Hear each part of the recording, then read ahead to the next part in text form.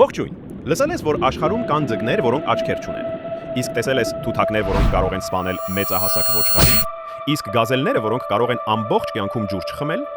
Պատրաստվիր իմանալ ել ավելի զարմանալի բաներ էվոլյուցիայի հնարքների մասին մեր այսօրվա ընտրանյում։ Սկսեցինք։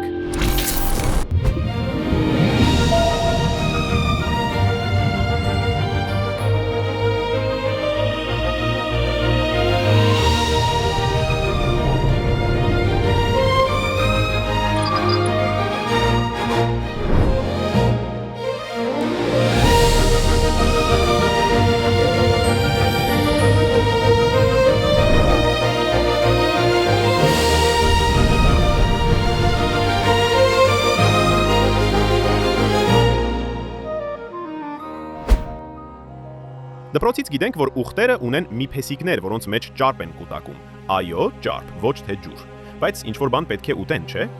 Հիմա պատկերացրու անվերջանալի անապատ եւ մտածիր, ինչ կարող էր դա լինել։ Այդքան էլ շատ տարբերակներ չկան, ճիշտ է։ Ուղտերը սնվում են կակտուսներով, ու արդեն միայն այդ մտքից ցավ է առաջանում։ Բայց մի անհանգստացիր։ Բնությունը արդեն հոգ է տարել դրա մասին։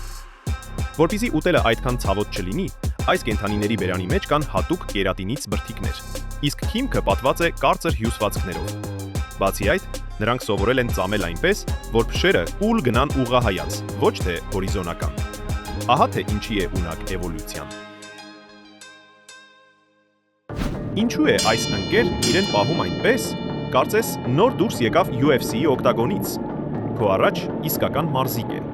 Նրան կոչում են բռնցքամարտիկ խեցգետին, իսկ գիտական անունը Լիբիայի ցեղի խեցգետին։ Նրա ճանկերի վրա կենդանի ակտինիաներ են, որոնք շատ նման են մարտական հանդերձանքի։ Սա ծովային բնության ամենազարմանալի սիմբիոզներից մեկն է։ Ակտինիաները օգնում են խեցգետնին սնունդ գտնել, ինչպես նաև պաշտպանվել թշնամիներից, քանի որ իրենք թունավոր են։ Դուք ասես, իսկ ակտինիաներն ինչու են համաձայն այդ ամենին։ Պարզ է։ Նրանք արդեն այնքան ալարել են, որ չեն կարողանում ինքնուրույն շարժվել։ Այդպես էլ օգտագործում են խեցգետիններին, որպես անսովոր տաքսի։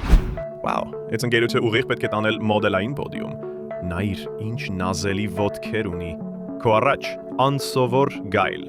Նրան կոչում են Man-ed Guile, գրիվով գայլ, եւ նա ապրում է հարավային Ամերիկայում։ Իր երկարոտ ոտքերի շնորհիվ նա շատ ավելի բարձրահասակ է, քան իր ազգականները, բայց այդ ոտքերը իրեն պետք չեն մարդկանց գայթակղելու համար։ Իրականում երկար ոտքերը Man-ed Guile-ին պետք են իր բնական միջավայրում գոյատևելու համար։ Դա հիմնականում հարթավայրերն են ու ճահիճները, բարձր խոտով ծածկված։ Նման տարածքներում կարճ թաթերով վազելը նախ այնքան էլ հարմար չէր լինի։ Եվ հետո խիտ բուսականությունը պարզապես կխանգարեր գայլին որսը նկատել, եթե նա չունենար այդ մոդելային ոտքերը։